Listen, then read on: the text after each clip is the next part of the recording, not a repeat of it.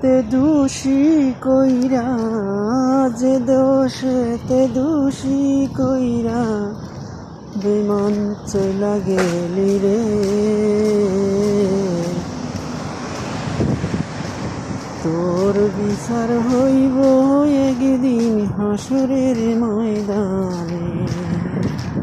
ও বেঈমান, তোরি বিচার হইব একদিন হাসরের ময়দানে।